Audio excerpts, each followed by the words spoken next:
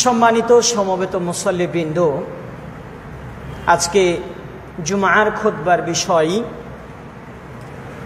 আহমিয়াতুস সালাহ ফি তারবিয়াতি উসরাতিন সাঈদাহ। একটি সুখী পরিবার গঠনে সালাতের ভূমিকা। উক্ত শিরোনামে আমরা আলোচনা শুনব ইনশাআল্লাহ। ওয়া হুয়া ওয়ালিয়ুত তৌফিক। আলহামদুলিল্লাহ, আমরা সর্বপ্রথম আল্লাহ রাব্বুল আলামিনের শুকরিয়া আদায় করছি, যার বিশেষ মেহেরবানিতে, অশেষ দয়ায় আমরা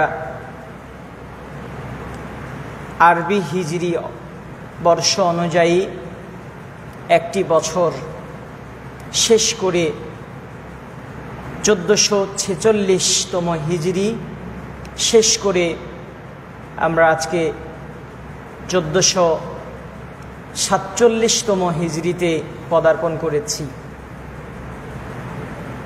যে আল্লাহ রাব্বুল আলামিন আমাদেরকে পৃথিবীর সর্বোত্তম নে'মাতুল ইসলাম দিয়ে আলোকিত করেছেন, সুস্থতার নিয়ামতে সজ্জিত রেখেছেন, সালাত বহুমুখী ইবাদত পালন করার সুযোগ দিয়েছেন। আমরা আল্লাহ রাব্বুল আলামিনের শুকরিয়া আদায় করছি, হৃদয়ের সবটুকু ভালোবাসা দিয়ে বলছি আলহামদুলিল্লাহ। অতঃপর দরুদ ও সালাম পেশ করছি আমাদের প্রিয় নবী মুহাম্মদুর রাসূলুল্লাহ সাল্লাল্লাহু আলাইহি ওয়াসাল্লামের প্রতি। আল্লাহুম্মা সাল্লি ওয়া সাল্লিম আলা নবিয়িনা ওয়া হাবিবিনা মুহাম্মদ সাল্লাল্লাহু আলাইহি ওয়াসাল্লাম। সম্মানিত সমবেত মুসল্লিবৃন্দ, আজকে জুমার খুতবার বিষয় আহমিয়াতুস সালাহ ফি তারবিয়াতি উসরাতিন সাঈদাহ। একটি সুখী পরিবার গঠনে সালাতের ভূমিকা। উক্ত শিরোনামে আমরা আলোচনা শুনব ইনশাআল্লাহ। ওয়া হুয়া ওয়ালিয়ুত তৌফিক। প্রিয় ভাইরা আমার, মানুষ একাকী জীবন যাপন করতে পারে না। মানুষ সামাজিক জীব, তাই তাকে সমাজেই বেড়ে উঠতে হয়, পরিবারের প্রয়োজন হয়। পিতামাতা, স্ত্রী, সন্তান সহ আত্মীয় স্বজনের প্রয়োজন হয়। প্রতিটি মানুষই চাই আমরা একটি সুখী পরিবার গঠন করতে চাই, একটি ইসলামিক সমৃদ্ধ পরিবার তৈরি করতে চাই, যারা সবাই সুখ শান্তিতে দুনিয়ার জীবনগুলো কাটাতে পারবে। এইরকম সবাই চাই কি চাই না? আমরা সবাই চাই, সবাই চাই। কিন্তু সমস্যাটা হলো, সব পরিবারে সুখ চাই, কিন্তু সবাইকে সুখ পাই, সবাইকে সুখে আছে। আমাদের বর্তমান পরিবেশে বহু পরিবার, কেউ মানসিক যন্ত্রণায় ভুগছে, কাউকে আর্থিক যন্ত্রণা কুড়ে কুড়ে খাচ্ছে। এইভাবে একটা বহুমুখী নানা ধরনের সমস্যা আজকের পরিবারগুলোর শান্তি কেড়ে নিয়ে যাচ্ছে। পরিবার যথারীতি সুখ শান্তি চাইলেও যেন সুখ শান্তিতে বসবাস করতে পারছে না। চলুন আমরা আজকে জানব, সুখ শান্তিতে যদি আমরা বসবাস করতে চাই, স্বামী স্ত্রীর মধ্যে যদি মাহাব্বা বৃদ্ধি করতে চাই, মা বাবা সন্তানের মধ্যে যদি একটা ভালো কানেকশন তৈরি করতে চাই, তাহলে অবশ্যই আমাদেরকে ফিরে আসতে হবে সালাতের দিকে, নামাজের দিকে। কারণ সালাত আদায় করা শুধুমাত্র একটি ইবাদতই না, বরং সালাত আদায়ের মাধ্যমে মানুষের মধ্যে একটা ভালোবাসা, মাহাব্বা, হৃদ্যতা, সমৃদ্ধি, সুখ, শান্তি এগুলো সব বাড়তে থাকে। দেখবেন একজন নামাজি প্রকৃত সালাতের যিনি পাবন্দি, যিনি 5 ওয়াক্ত সালাত পড়েন, তার ভিতরে অহংকার থাকবে না। কারণ অহংকার মুমিনের সাথে যায় না, মুসলিমের সাথে যায় না। একজন মানুষের মধ্যে যখন অহংকার থাকে না, তখনই তো সে সুখী জীবনযাপন করতে পারবে। কিন্তু অহংকার থাকলে ওটা তো ভিতরটা অন্তর, তার মুমিনের অন্তর থাকে না, তখন তো এটা শয়তানের এক ধরনের একটা শেয়ার চলে আসে, তাই না? তো এই জন্য আমাদের মুসলিম পরিবারগুলোতে পারস্পরিক সম্পর্ক, ভালোবাসা, মাহাব্বা বাড়ানোর জন্য আমাদের সালাতের বিষয়ে আরো বেশি সচেতন হতে হবে, নামাজের বিষয়ে আমাদের আরো বেশি কেয়ারফুল হতে হবে। আল্লাহ রাব্বুল আলামিন সালাতের ব্যাপারে কোরআনুল কারীমে অসংখ্য বহু আয়াত নাজিল করেছেন এবং এক একটা আয়াতের ধরন ভঙ্গিমা এক একভাবে আল্লাহ উপস্থাপন করেছেন। সবগুলোর সারমর্ম দাঁড়াই প্রত্যেককে সালাত আদায় করতে হবে, এবং সালাতটা শুধু একাই নয়, পরিবারকেও নিয়ে আদায় করতে হবে, পরিবারকেও সালাতের ট্রেনিং, প্রশিক্ষণ দিতে হবে। আল্লাহ রাব্বুল আলামিন এখানে আরেকটি কথা যোগ করে দিয়েছেন, শুধুমাত্র সালাত পড়লেই হবে না, সালাতটা আদায় করতে হবে যথাসময়ে, সালাতটা আদায় করতে হবে টাইম অনুসারে। আপনার আমার যখন মন চাইবে তখন আমি পড়লাম, এটা কিন্তু হবে না, এভাবে কিন্তু চলে না। অনেক আলেম ফতোয়া দিয়েছেন শুধুমাত্র সালাত ছেড়ে দিলেই মানুষ কাফের হয়ে যায় না, বরং বহু আলেম বলেছেন কেউ যদি অলসতা বশত 1 ওয়াক্ত সালাত কাজা করে ফেলে, ওজোর ছাড়া কেউ যদি 1 ওয়াক্ত সালাত বিলম্ব করে ফেলে, তাহলে সে কাফের হয়ে গেছে। শেখ সালেহ আল উসাইমিন রাহিমাহুল্লাহ সহ আরো অনেকেই শক্ত শক্ত কথা বলেছেন সালাত ছেড়ে দেওয়ার ব্যাপারে, সালাত বিলম্ব করার ব্যাপারে। এ কথা আমরা তো নিশ্চিতভাবে বলতে পারি, আল্লাযীনা হুম আন সালাতিহিম সাহুন, যারা তাদের নামাজের ব্যাপারে উদাসীন।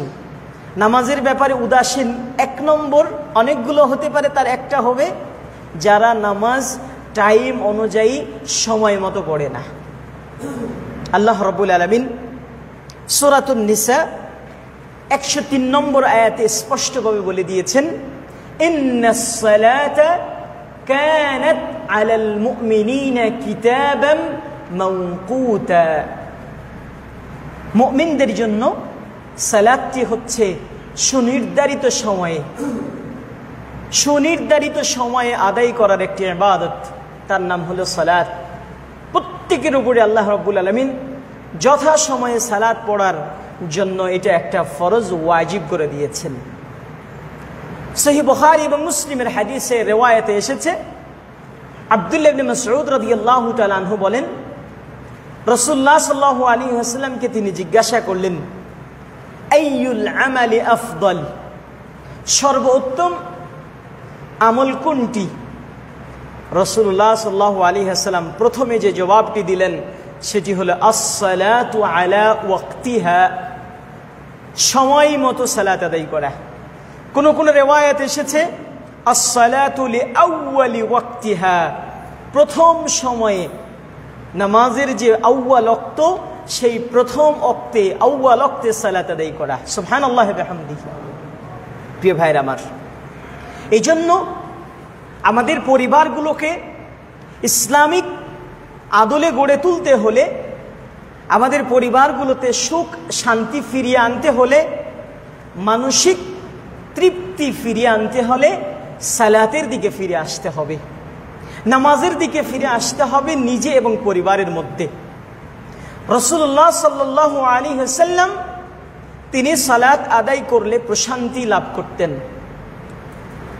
তিনি বলেন, মাঝে মধ্যেই তিনি বেলাল রাদিয়াল্লাহু তাআলা আনহুকে বলতেন, ইয়া বিলাল কুম ফাআযিন ওয়া আকিম, ওহে বেলাল তুমি আজান দাও, একামত দাও, সালাতের আয়োজন করো।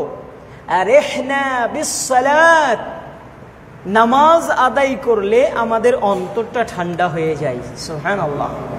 সালাতের মাধ্যমে তুমি আমাদেরকে পরিতৃপ্ত করে দাও, সালাতের মধ্যে আমাদের অন্তরকে শীতল করে দাও। সালাত আদায় করলে আমাদের অন্তর শীতল হয়। এজন্য আপনি মানসিক টেনশনে ভুগছেন, পারিবারিক অশান্তিতে ভুগছেন, আপনি মানসিক বা পারিবারিক যে কোনো সমস্যার মধ্যে পড়েছেন, আপনাকে ফিরে যেতে হবে কোন দিকে? সালাতের দিকে।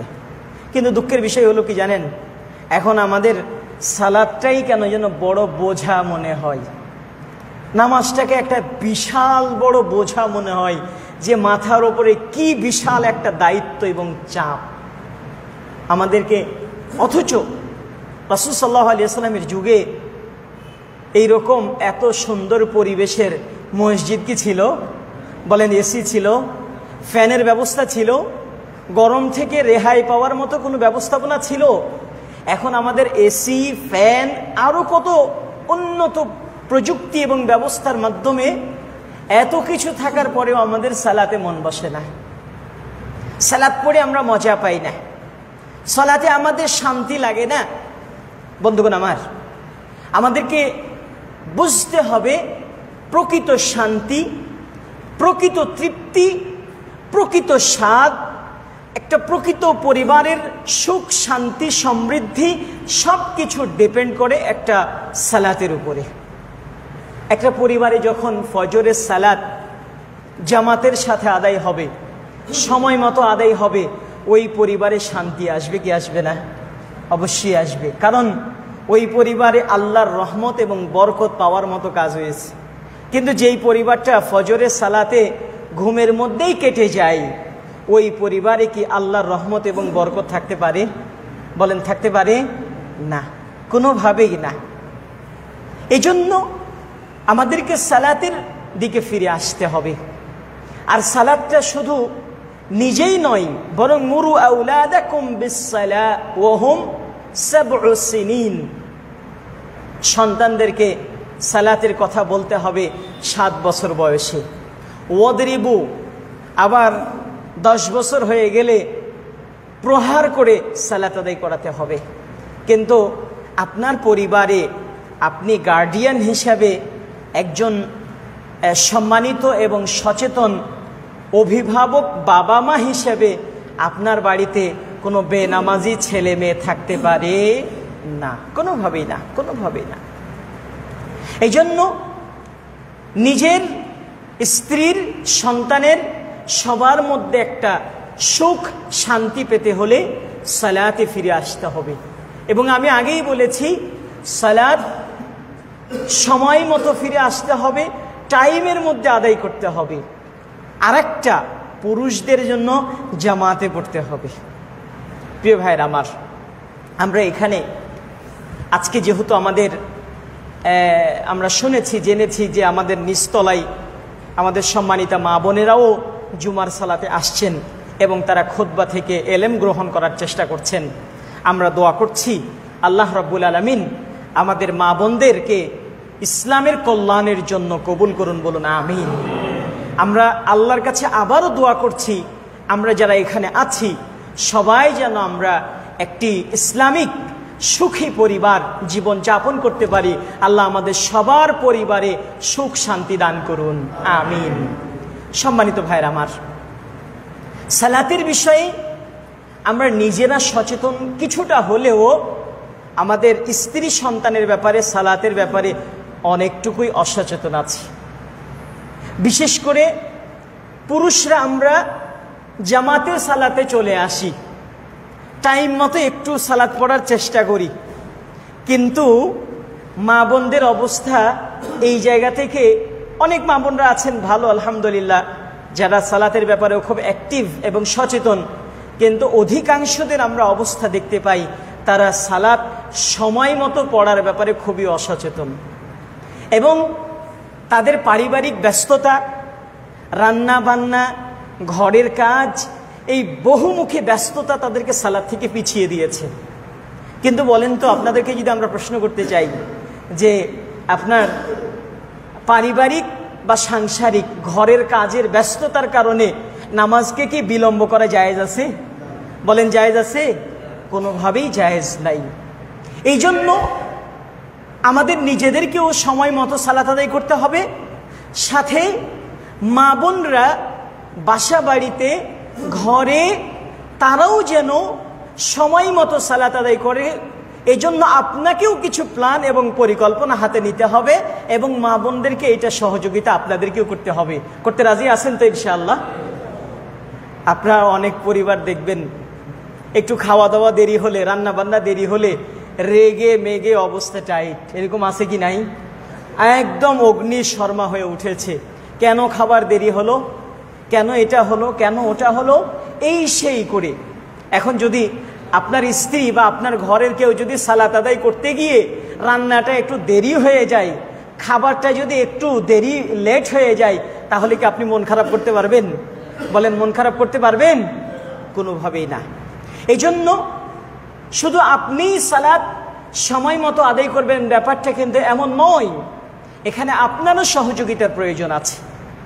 এখানে আপনাকে গুরু দায়িত্ব পালন করতে হবে, এবং আপনাকে একটা দায়িত্বশীল আচরণ আপনাকে করতে হবে, দায়িত্বশীলের পরিচয় আপনাকে দিতে হবে। রাসূলুল্লাহ সাল্লাল্লাহু আলাইহি ওয়াসাল্লাম তিনি নিজে বিশ্ব সেরা, পৃথিবীর সর্বশ্রেষ্ঠ মহামানব হওয়ার পরেও উম্মুল মুমিনিন, উম্মাহাতুল মুমিনিন আয়েশা রাদিয়াল্লাহু আনহা সহ অন্যান্য স্ত্রীদেরকে তিনি ঘরের কাজে সহযোগিতা করতেন। সুবহানাল্লাহি ওয়া বিহামদিহি, রান্নার কাজে সহযোগিতা করতেন। আবার যখন মুয়াজ্জিন আজান দিত, তিনি ঘরের কাজ রেখে দিয়ে সালাতে চলে যেতেন। তাহলে রাসূল সাল্লাল্লাহু আলাইহি ওয়াসাল্লামের চেয়ে ব্যস্ত, রাসূল সাল্লাল্লাহু আলাইহি ওয়াসাল্লামের চেয়ে নিয়ম ফলো করার মতো ব্যক্তি পৃথিবী থেকে আর কেউ আছে? আর কেউ নেই। তাহলে রাসূল সাল্লাল্লাহু আলাইহি ওয়াসাল্লাম তিনি পরিবারকে যথাসময়ে সালাতের ব্যাপারে আদায় যেন তারাও ঘরে করতে পারে, এই জন্য রাসূল সাল্লাল্লাহু আলাইহি ওয়াসাল্লাম সাংসারিক কাজগুলো তিনি নিজেও সহযোগিতা করেছেন। সুবহানাল্লাহ। এই জন্য আমাদেরকে এই জায়গাটাতে আগে পুরুষদেরকে সচেতন হতে হবে, আমাদেরকে মনগুলোকে আগে একটু সেট আপ করে নিতে হবে, মাইন্ড সেট আপ করতে হবে ঠিক মতো, যে আমরাই শুধু সালাত প্রথম সময়ে জামাতের সাথে পড়ব না, বরং আমাদের স্ত্রী সন্তানরাও যেন ঘরে বাড়িতে তারা যথাসময়ে সালাত আদায় করে। এই পদ্ধতি, এই পরিকল্পনা, এই সূচি আপনাকে গ্রহণ করতে হবে আজকে ইনশাআল্লাহ। আমরা এখানে কয়েকটি কথা বলবো, যদিও আপনারা গত খুতবাই বিজ্ঞ বড় আলেম, একজন বড় দাঈ ইলাল্লাহ, অনেক বড় মাপের আলেম, তার কাছ থেকে আপনারা শুনেছেন যে মহিলারা সালাত আদায় করতে পারবে জামাতে, মসজিদে যদি ব্যবস্থা থাকে তাহলে তারা জামাতে আসতে পারবে, তাদেরকে বাধা দেওয়া যাবে না। কিন্তু মহিলাদের জন্য বাড়িতে সালাত আদায় করাটাই হলো কি উত্তম, বিশেষ করে 5 ওয়াক্ত সালাত বাড়িতে সালাত আদায় করাটাই বেশি উত্তম। কিন্তু পরিবেশ যদি থাকে, ফিতনার আশঙ্কা না থাকে, ফিতনা মুক্ত যদি পরিবেশ হয়, তাহলে তারা মসজিদে আসলে কোনোভাবে তাদেরকে বাধা দেওয়ার সুযোগ নেই। জুমার সালাতে তো অবশ্যই বেশি আসা দরকার, কারণ মা বোনরা সঠিক জ্ঞান অর্জন থেকে খুবই বেশি পিছিয়ে, তাদের এইরকম সুযোগ হয়ে ওঠে না। আপনাদের মতো আপনার ওয়াজ মাহফিলে যাওয়া, জুমার খুতবা নিয়মিত শোনা, আরও অনেক কাজগুলো আপনারা করতে পারেন, আমাদের পুরুষরা করতে পারে, আমরা পুরুষরা করতে পারি, কিন্তু মা বোনরা পারে না। এই জন্য এই জুমার খুতবাগুলোতেও আপনাদের পরিবারের প্রত্যেকটা স্ত্রী, মেয়ে, আপনার বৌমা, আপনার ঘরের নাতনি বা যে কেউ আপনার বাড়িতে আছে, আমি মনে করি জুমার খুতবায় তাদেরকে তালিম নেওয়ার জন্য, তাদেরকে দিন শেখার জন্য একটি সুন্দর ব্যবস্থাপনায় নিয়ে আসা আপনাদের জন্য জরুরি একটি দায়িত্ব আমি এটা মনে করি। কারণ তারা যদি ইসলাম থেকে পিছিয়ে থাকে তাহলে তারা আপনাদেরকে আবার প্রশ্ন তুলতে পারে, আল্লাহর কাছে জবাবও হয়তোবা কাঠগড়ায় দাঁড় করাতেও পারে যে আমাদেরকে জ্ঞান শেখানোর মতো সুযোগ দেওয়া হয় নাই। প্রিয় ভাইয়ের আমার, তো আমরা বলছিলাম সালাত আদায়ের ব্যাপারে আমাদেরকে সচেতন হতে হবে, সাথে আমাদের মা বোনদেরকেও সচেতন হতে হবে। আমাদের মা বোনরা ঘরে সালাত আদায় করবেন এবং ঘরে সালাত আদায় যথাসময়ে করবেন। মা বোনরা যদি সম্ভব হয়, এবং আমরা সম্ভব হয় বলবো না, আজকে একটা সুন্দর আপনাদেরকে আমরা রুটিন দিয়ে যাব, রুটিন শেয়ার করব। এই রুটিনের আলোকে আমরা মনে করি যে নারীদেরকেও ঘরে জামাতে সালাত আদায় করা উত্তম হবে, প্রয়োজন। জামাতে সালাত আদায় করা নারীদের জন্য প্রয়োজন, নারীদের জন্য প্রয়োজন। উম্মুল মুমিনিন আয়েশা রাদিয়াল্লাহু তাআলা আনহা, তিনি অনেক বড় ফাকিহা ছিলেন, অনেক জ্ঞানের অধিকারী ছিলেন। বড় বড় সাহাবীরা উম্মুল মুমিন আয়েশা রাদিয়াল্লাহু আনহার কাছে এলেম নিতে আসতেন, তার কাছ থেকে এলেম শিখতেন। যেমন একটি আপনার সাহাবীর কাফেলা রাসূল উম্মুল মুমিন আয়েশা রাদিয়াল্লাহু আনহার কাছে এসে বললেন যে রাসূল সাল্লাল্লাহু আলাইহি ওয়াসাল্লামের চরিত্র কেমন ছিল। তিনি বললেন, তোমরা কি কোরআন পড়ো নাই? তাহলে দেখেন, এই যে রাসূল সাল্লাল্লাহু আলাইহি ওয়াসাল্লামের স্ত্রী উম্মুল মুমিনিন আয়েশা রাদিয়াল্লাহু আনহা, তার কাছ থেকেও বড় বড় সাহাবীরা কি নিয়েছেন? জ্ঞান নিয়েছেন, এলেম নিয়েছেন। এমন একজন বিচক্ষণ, এমন একজন দূরদর্শী, পারদর্শী, আমাদের সবার আম্মা জান উম্মুল মুমিনিন আয়েশা রাদিয়াল্লাহু তাআলা আনহা, তিনি মহিলাদেরকে নিয়ে সালাত আদায় করতেন এবং তিনি ইমামতি করতেন। উম্মুল মুমিন আয়েশা রাদিয়াল্লাহু আনহা মাগরিবের সালাতের ইমামতি করতেন। ওয়া জাহারাত বিকিরাআতিহা, এই রিওয়ায়াত ও হাদিসের মধ্যে এসেছে যে উম্মুল মুমিন আয়েশা রাদিয়াল্লাহু আনহা তিনি মাগরিবের সালাতে জোরে কোরআন তেলাওয়াত করতেন। এতটা জোরে করবে নারীরা যাতে করে তারা ঘরের মধ্যেই শুনতে পায়, তাদের আওয়াজটা যেন বাইরে চলে না যায়, এটা খেয়াল রাখবে। তাহলে মাগরিব, এশা, ফজরের এই 3 ওয়াক্ত সালাতের মধ্যে নারীরা জোরেও কোরআন তেলাওয়াত করতে পারবে। উম্মুল মুমিনিন আয়েশা রাদিয়াল্লাহু আনহার হাদিস থেকে আমরা প্রমাণ খুঁজে পাই। আরেকজন আমাদের উম্মুল মুমিনিন, আরেকজন আমাদের আম্মা জান, তিনি হলেন উম্মু সালামা রাদিয়াল্লাহু তাআলা আনহা। উম্মু সালামা রাদিয়াল্লাহু তাআলা আনহা, তিনিও আসরের সালাতের জামাতে ব্যবস্থা করতেন এবং আসরের সালাতের তিনি ইমামতি করতেন মহিলাদেরকে নিয়ে। এজন্য নারীরা ঘরে ছোট্ট পরিসরে, সীমিত পরিসরে তার বাড়ির কয়েকজন অথবা আশপাশ থেকে অল্প কয়েকজন নিয়ে যদি মহিলারা জামাত করতে পারবে, এরকম একাধিক হাদিস থেকে প্রমাণ রয়েছে। আরেকটি আমরা আপনাদেরকে হাদিস শোনাবো। এই হাদিসটি এসেছে সুনানে আবি দাউদের মধ্যে। আবু দাউদ হাদিস, আবু দাউদের হাদিসের নাম আপনারা শুনেছেন কি শুনেন নাই? এই আবু দাউদের 592 নম্বর হাদিস, 591 এবং 92। ইমাম আবু দাউদ রাহিমাহুল্লাহ 2 জায়গায় হাদিসটি এনেছেন এবং তিনি একটা অধ্যায় রচনা করেছেন, বাবু ইমামাতিন নিসা। 2 বার তিনি এইটার একটা মাসআলা দিয়েছেন। আমি হাদিস নম্বরটা বললাম 591 এবং 92 নম্বর হাদিস।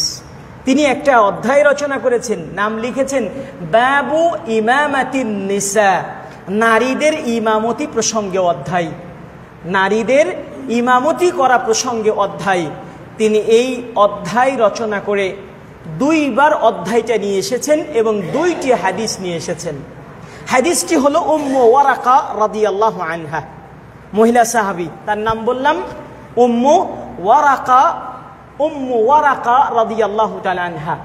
তিনি বদরের যুদ্ধে রাসূলুল্লাহ সাল্লাল্লাহু আলাইহি ওয়াসাল্লামের কাছে বললেন যে, হে আল্লাহ রাসূল, ইযান লি বিল গাজবি, আপনি আমাকে যুদ্ধে যাওয়ার অনুমতি দিন, আমিও আপনাদের সাথে বদরের যুদ্ধে অংশগ্রহণ করতে চাই। কেন? আমি তো আপনাদের মতো পুরুষদের মতো যুদ্ধ পরিচালনার মতো অস্ত্র শস্ত্র ব্যবহার করতে পারবো না। তবে আমার উদ্দেশ্য হচ্ছে মুসলিমদের কেউ যদি আহত হয়ে যায়, অসুস্থ হয়ে পড়ে, তাহলে আমি ওই অসুস্থ ব্যক্তিদের সেবা যত্ন করব। সুবহানাল্লাহি ওয়া বিহামদিহি।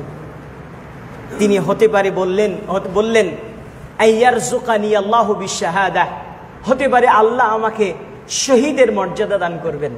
দেখেন, মহিলা সাহাবী হয়েও শহীদ হওয়ার কি তামান্না, শহীদ হওয়ার কি আকাঙ্ক্ষা, শহীদ হওয়ার কি উচ্চ আকাঙ্ক্ষা।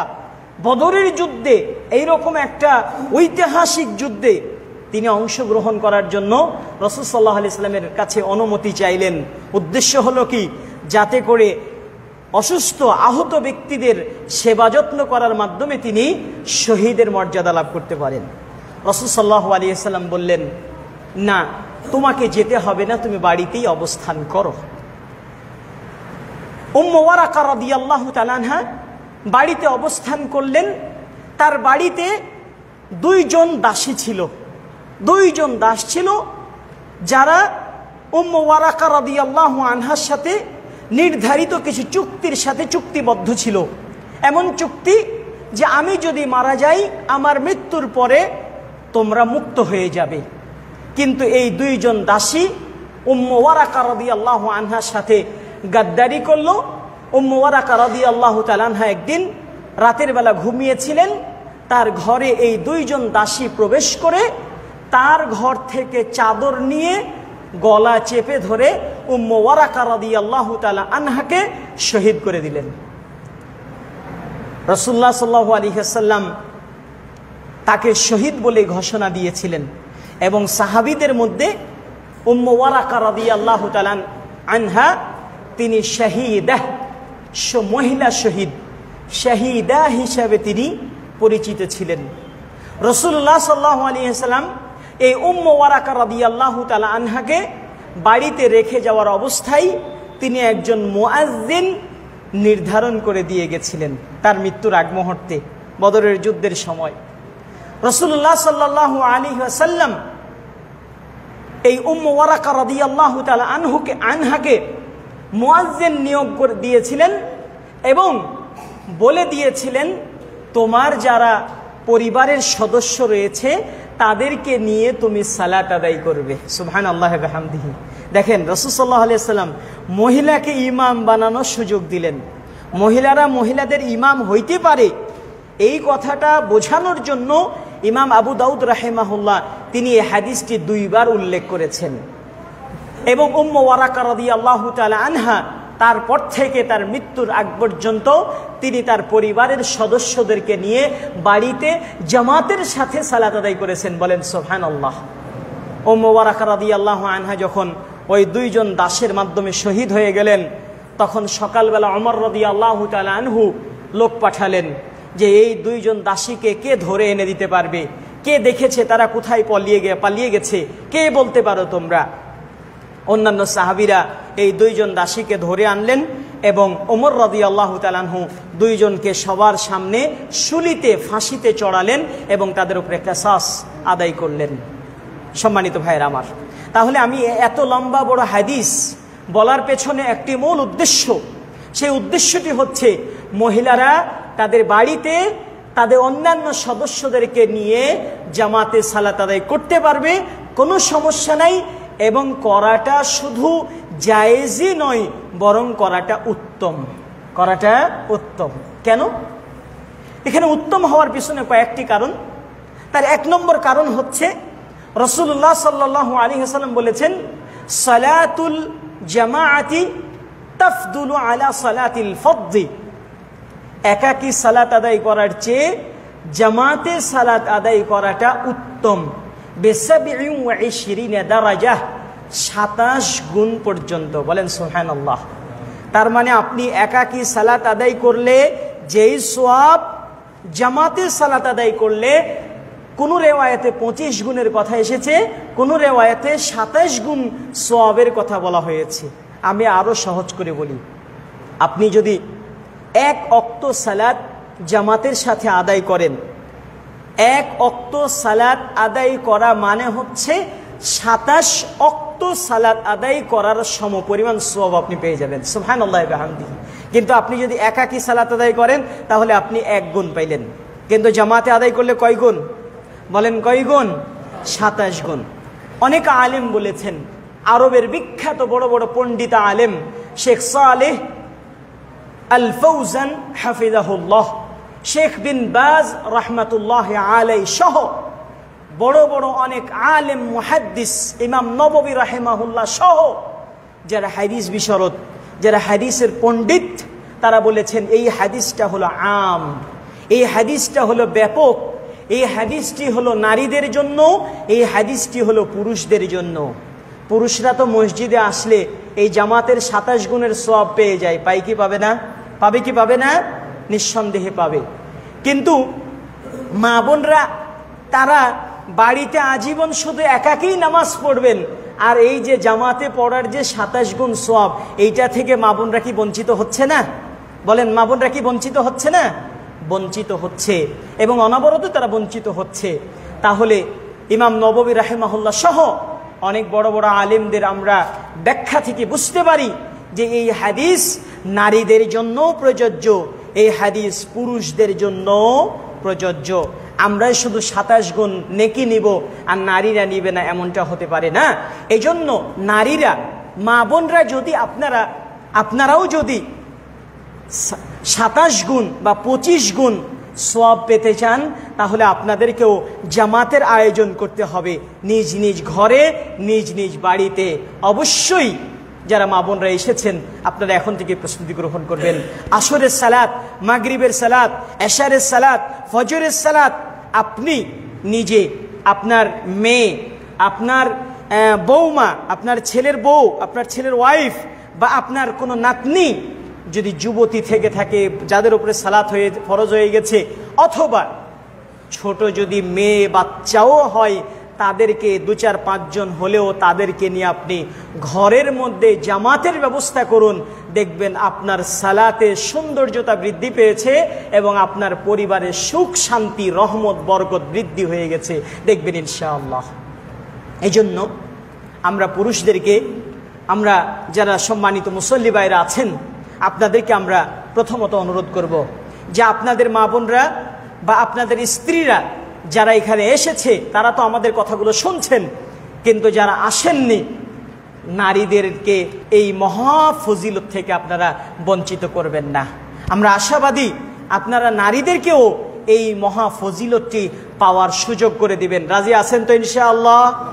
ইনশাআল্লাহ। প্রিয় ভাইরা আমার, আমাদেরকে এখানে আরেকটি কথা মনে রাখতে হবে, নারীরা যদি তাদের ঘরে জামাতের সাথে সালাত শুরু করে, তাহলে মহিলা ইমাম হলে তিনি সামনের কাতারে দাঁড়াবেন না, বরং নারীদের সাথেই একই কাতারে সমানভাবে দাঁড়াবেন, সমানভাবে দাঁড়াবেন। অনেককে দেখবেন আপনি 4 আঙ্গুল 5 আঙ্গুল সামনে দাঁড়িয়েছে, না, 4 আঙ্গুল 5 আঙ্গুলও সামনে দাঁড়ানোর কোনো সুযোগ নেই। অনেক আলেম বলেছেন যে মহিলাদের আলাদা কেন ইমামতির ব্যবস্থা নেই, আলাদা কেন, আলাদা কাতারের আলাদা জায়গায় কেন ব্যবস্থা নেই? এর জবাবে বলা হয়েছে নারীরা যাতে করে পর্দার মধ্যে থাকে, ওই একজন যেন বেপর্দার সুযোগ না হয়ে যায়, কেউ যেন বাইরে থেকে দেখে না ফেলে, এই জন্য মহিলারা ওই ইমাম কাতারের মধ্যেই সামিল থাকবে, এটাই তার জন্য বেশি নিরাপদ। এই জন্য আমি বলবো মা বোনরা জামাতে সালাত আদায় করবে, বিশেষ করে 3 ওয়াক্ত সালাত জেহরি তথা জোরে তেলাওয়াত হবে, মাগরিব, এশা, ফজর, এই 3 ওয়াক্ত জোরে তেলাওয়াত হবে। এতটা জোরে হবে যাতে করে আওয়াজটা বাইরে পর্যন্ত না যায়। এখানে আরেকটি কথা বলবো, মা বোনরা যে তারা যে সালাতের আয়োজন করবেন, সালাতের এই আয়োজনটা যত গোপনীয় জায়গায় হবে তত নারীদের জন্য উত্তম। খুব ভালো করে স্মরণ করুন, খুব ভালো করে লক্ষ্য করুন, মা বোনরা যে জামাতের আয়োজন করবেন, এই মা বোনদের ঘরের যত গোপনীয় জায়গা হবে তত বেশি উত্তম। আপনি জানালা খুলে রেখেছেন, পর্দা সরিয়ে দিয়েছেন, বাইরে থেকে কেউ দেখে নেওয়ার সম্ভাবনা আছে কি নাই? সম্ভাবনা আছে। এই জন্য নারীদের জন্য উচিত হচ্ছে পর্দা একেবারে জানালা দিয়ে ভালোভাবে ঢেকে রাখা। আপনার বাসায় যেভাবে আল্লাহ আপনাকে রিজিক দিয়েছেন, যতটুকু আল্লাহ আপনাকে সামর্থ্য দিয়েছেন, সেইভাবে আপনি আপনার ঘরকে লুকায়িত রেখে যত আপনি গোপনীয় জায়গায় সালাত আদায় করবেন, এটা নারীদের জন্য তত বেশি উত্তম।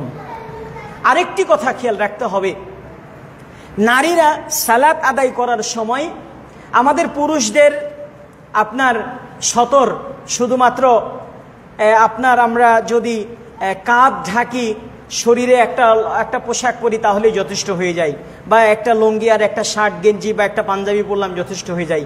কিন্তু মা বোনদের জন্য এই সামান্য কয়েকটা পোশাকে কি যথেষ্ট হবে কি হবে না? হবে না।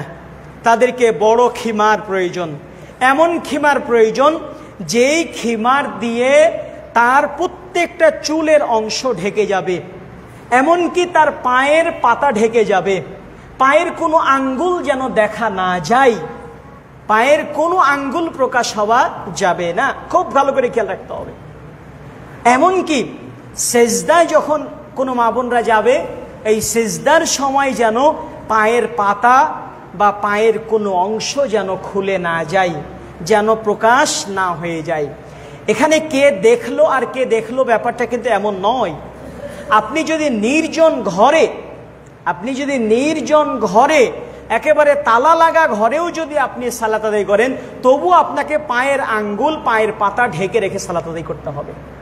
অনেক বড় আলেমরা বলেছেন, অনেক আলেমরা বলেছেন, মহিলাদের যদি সামান্য দুই একটা চুলের অংশও বের হয়ে যায়, মহিলাদের যদি এই থুতনি, এই যে এখানকার থুতনি নিচের অংশ, গলার উপরের অংশ যদি বের হয়ে যায়, হাতের এই অংশগুলো যদি বের হয়ে যায়, পায়ের কোনো অংশ যদি বের হয়ে যায়, তাহলে তার সালাত হবে না, নামাজ বাতিল হয়ে যাবে। অনেক বড় বড় আলেমরা এমন ফতোয়া দিয়েছেন। বন্ধুগণ আমার, এই জন্য নামাজের ব্যাপারে নারীদের এই জায়গা থেকে এই জায়গা একেবারে খোলা রাখতে পারে। সামান্য এই অংশটুকু, হাতের কবজিটুকু, হাতের এই কবজি অংশটুকু খোলা রাখতে পারবে, কিন্তু সামান্য এই জায়গাগুলো যদি, গলা বা আপনার পায়ের কোনো অংশ যদি ওপেন হয়ে যায়, তাহলে নারীদের সালাত হবে না। অনেক আলেমদের ফতোয়া রয়েছে। এই জন্য মা বোনদের বেশি নিরাপদ হচ্ছে সালাত আদায় করার সময় মোজা পরিধান করে সালাত আদায় করা। কারণ সেজদায় গেলে পায়ের কোনো অংশ ওপেন হয়ে যাওয়া, প্রকাশ হয়ে যাওয়ার সম্ভাবনা থাকে। এই জন্য নারীদের জন্য সব থেকে নিরাপদ কাজ হচ্ছে সালাতের সময় মোজা পরিধান করে সালাত আদায় করা। এটা আমাদেরকে খেয়াল রাখতে হবে।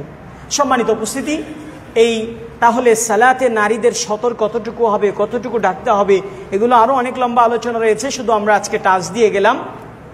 তাহলে নারীদের বাড়িতে গোপনীয় জায়গায় সালাত পড়তে হবে। নারীদের পর্দা সহকারে এবং শরীরের পুরো অংশ, শুধু মুখের অংশ আর হলো হাতের কবজি বাদ দিয়ে পুরো শরীর ঢেকে সালাত আদায় করতে হবে। আরেকটি হচ্ছে গুরুত্বপূর্ণ কথা, সেটি হচ্ছে জামাতে সালাত আদায় করলে তাদেরকে তেলাওয়াত এবং অন্যান্য যে রাকাতের সিস্টেম, পুরুষদের নামাজের নিয়ম, সেগুলো সব ঠিক রেখে সালাত আদায় করতে হবে। দুই একটা পার্থক্য রয়েছে, যে এই পার্থক্যগুলো আপনারা গত জুমায় শুনেছেন বলে আমি আশা করছি ইনশাআল্লাহ। প্রিয় ভাইরা আমার, আমি একটি হাদিস নয় বরং একজন বড় ইমামের কথা আপনাদেরকে শোনাচ্ছি, যে ইমামের নাম হচ্ছে ইমাম আহমদ বিন হাম্বল রাহিমাহুল্লাহ। ইমাম আহমদ বিন হাম্বল রাহিমাহুল্লাহ, তার মা ছিলেন অত্যন্ত পরহেজগার মানুষ, খুবই ভালো মানুষ। এতটাই পরহেজগার মানুষ, তিনি ইমাম আহমদ বিন হাম্বল রাহিমাহুল্লাহ তার মায়ের ব্যাপারে বলেছিলেন, ওয়াকানাত উম্মি হাফাযাতনি আল কুরআনা, আমার মা আমাকে কোরআনের হাফেজা, আমার মা আমাকে কোরআনের হাফেজ, নিজ ঘরে নিজ বাড়িতেই আমার মা আমাকে কোরআনের হাফেজ বানিয়ে দিয়েছিলেন। সুবহানাল্লাহ। ইমাম আহমদ বিন হাম্বল রাহিমাহুল্লাহ বড় ইমাম, 4 ইমামের একজন ইমাম হলেন ইমাম আহমদ বিন হাম্বল রাহিমাহুল্লাহ। তার কোরআনের হাফেজ হওয়ার জন্য কোনো মাদ্রাসা যেতে হয় নাই, কোনো মসজিদে হুজুরের কাছে যাইতে হয় নাই, কোনো টিউশনি করতে হয় নাই, তার মা তাকে কোরআনের হাফেজ বানিয়েছেন। আরো পরের কথাটি গুরুত্বপূর্ণ। ইমাম আহমদ বিন হাম্বল রাহিমাহুল্লাহ তিনি ফজরের সালাতের আগেই ঘুম থেকে উঠতেন কিভাবে? তিনি বলতেন, ওয়াকানাত উম্মি তুকিদুনি, আমার মা আমাকে ফজরের সালাতের আগেই ঘুম থেকে জাগিয়ে তুলতেন। ওয়া তুহমিলি মা আল উদু, এবং আমার মা তীব্র কনকনে শীতের কারণে, ঠান্ডার মৌসুমে কনকনে শীতের কারণে আমি ঠান্ডা পানি দিয়ে ওযু করতে কষ্ট পাবো এই মনে করে আমার মা আমাকে পানি গরম করে দিতেন।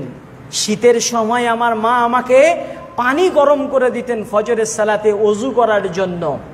ওয়াকানাত তাতাগাত্তা ওয়া তাতাখাম্মার, আর আমার মা তিনি ওযু করে ফ্রেশ হয়ে তিনি নিজে ভালো মতো নেকাব করে নিতেন, ভালো মতো আপনার বোরকা লাগিয়ে নিতেন এবং খিমার লাগিয়ে নিতেন। ওয়া তুলবিসুনি মালাবিসি, আমাকেও ভালো মতো পোশাক পরিয়ে দিতেন। ওয়া তাযহাবু মাই, এবং আমাকে সাথে করে মসজিদে নিয়ে যেতেন। বলেন সুবহানাল্লাহ। ইমাম আহমদ বিন হাম্বল রাহিমাহুল্লাহর মা ফজরের সালাতে আজানের আগেই উঠতেন, আগেই উঠে ছেলেকে রেডি করতেন, নিজে রেডি হতেন, এইবারে যেতেন হলো মসজিদে। কোথায়? ফজরের সালাতে। নিজেও ফজরের সালাত আদায় করতে পারতেন, সাথে সন্তানকেও ফজরের সালাত জামাতের সাথে আদায় করাতেন। দেখেন, এই হলো আদর্শ পরিবার। প্রিয় ভাইরা আমার, এই হচ্ছে সুখী পরিবার। এই সুখী পরিবার, এই আদর্শ পরিবার যদি আমরাও গঠন করতে চাই, তাহলে ফজরের সালাত ঘুমিয়ে ঘুমিয়ে না ফজরের সালাত আদায় করে? বলেন, ফজরের সালাত আদায় করে না ফজরের সালাত ঘুমিয়ে আদায় করে?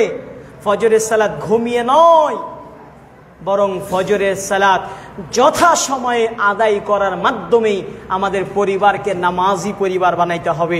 আল্লাহ আমাদের সবাইকে সেই তৌফিক দান করুন, বলুন আমিন। হাদা মা ইনদি ওয়াল ইলমু ইনদাল্লাহ সাল্লাল্লাহু আলাইহি ওয়াসাল্লাম।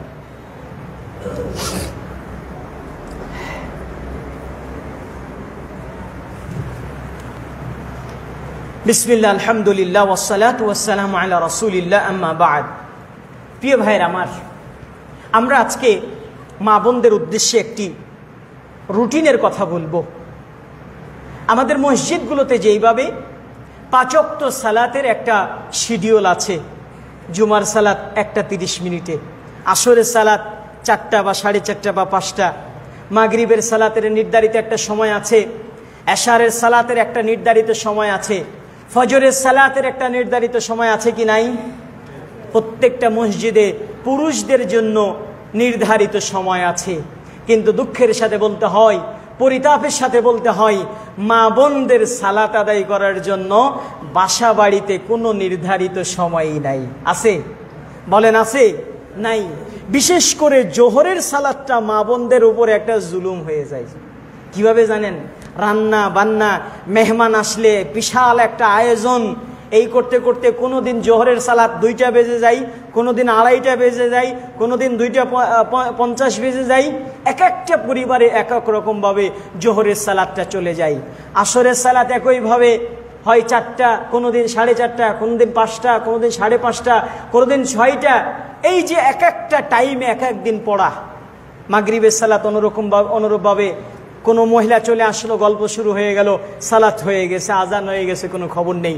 এশারের সালাত কখনো খাওয়ার, কখনো এটা, কখনো রান্না, কখনো এটা সেটা করতে গিয়ে কোনো দিন 9টায় এশারের সালাত হচ্ছে, কোনো দিন 9:30, কোনো দিন 10টায়, কোনো দিন আবার 12টায়, কোনো দিন 11টায়। এক একদিন এইভাবে হয় না? ফজরের সালাত কোনো দিন 5টায়, কোনো দিন 5:30টায়। এইভাবে যে সালাতের নির্ধারিত মা বোনদের জন্য কোনো সময় নাই, এটা অধিকাংশের অবস্থা এমন। আমরা আজকের খুতবা থেকে আপনাদেরকে নসিহা করতে চাই, মেসেজ দিতে চাই। পুরুষদের যেমন মসজিদে একটা নির্ধারিত সময় আছে সালাতের জন্য, আমরা বলবো প্রত্যেকটা বাড়িতে, প্রত্যেকটা ঘরে, প্রত্যেকটা স্ত্রীর জন্য বাড়িতে তার একটা নিজস্ব সালাতের সময় নির্ধারণ করা দরকার। দরকার আছে না নাই? বলেন, আছে না নাই? অবশ্যই আছে। আমি মনে করি আপনি শুধু সময় মতো সালাত পড়বেন আর আপনার স্ত্রীকে পড়তে দেবেন না, এমনটা কিন্তু হয় না। কু আনফুসাকুম ওয়া আহলিকুম নারা, নিজেদেরকেও জাহান্নাম থেকে বাঁচতে হবে, নিজের স্ত্রী সন্তান পরিবারকেও জাহান্নামের আগুন থেকে বাঁচাতে হবে। বন্ধুগণ আমার, এজন্য আমি আজকের খুতবা থেকে আপনাদেরকে একটি বিশেষ অনুরোধ জানাবো এবং মা বোনদেরকেও অনুরোধ জানাবো যে আজকে বাড়িতে গিয়ে প্রধান এবং প্রথম কাজ হবে 5 ওয়াক্ত সালাত আপনি কয়টার সময় আদায় করবেন তার একটা রুটিন তৈরি করা এবং একটা কাগজে লিখে, প্রয়োজনে আপনি ডাইনিংয়ে হোক ঘরে হোক একটা ঘড়ি রাখবেন এবং সাথে একটা কাগজে লিখে আপনি সামনে ঝুলিয়ে রাখবেন, আমি জোহরের সালাত এতটা সময় পড়ব।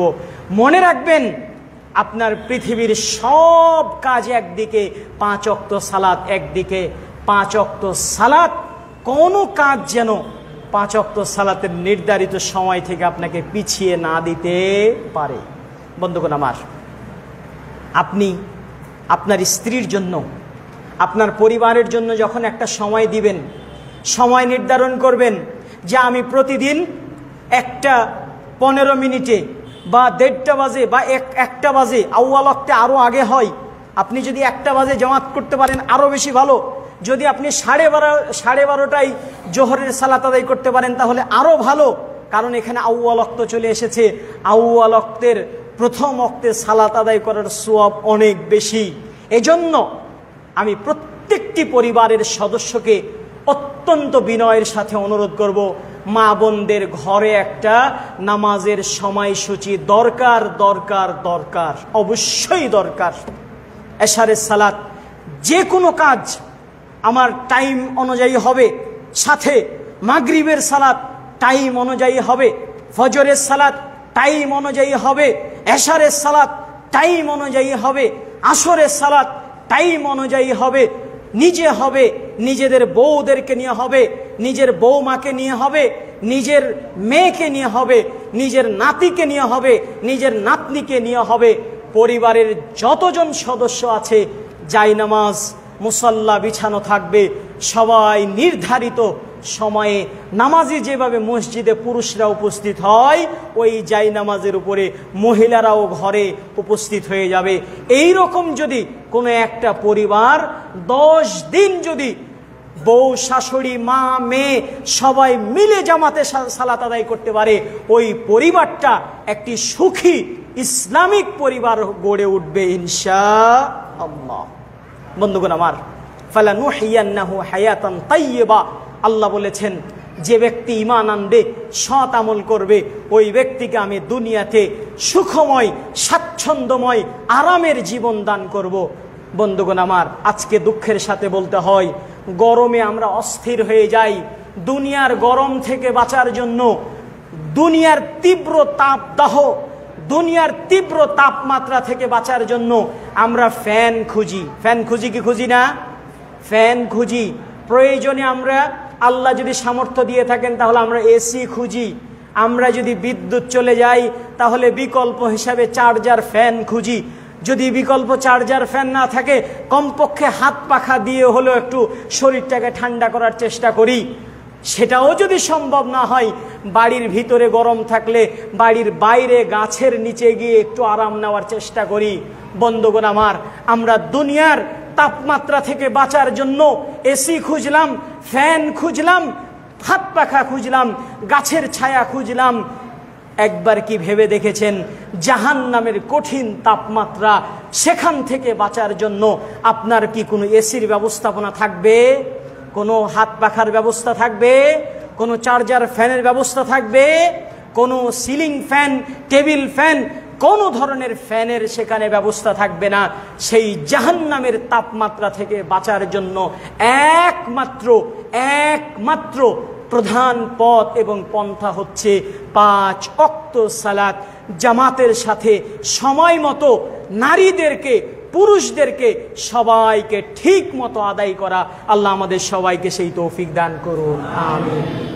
প্রিয় ভাইরা আমার, আমি অত্যন্ত বিনয়ের সাথে আপনাদেরকে মা বোনদেরকে বলবো, আপনারা যদি যথাসময়ে জামাতের সাথে মা বোনদেরকে নিয়ে এইভাবে সালাত আদায় করেন, আপনি কত পরিমাণ আনন্দ অনুভব করবেন, চক্ষু শীতল হবে, আপনার অন্তর ঠান্ডা হবে, আপনার পুরো জীবনটাই যেন সুখের হয়ে যাবে।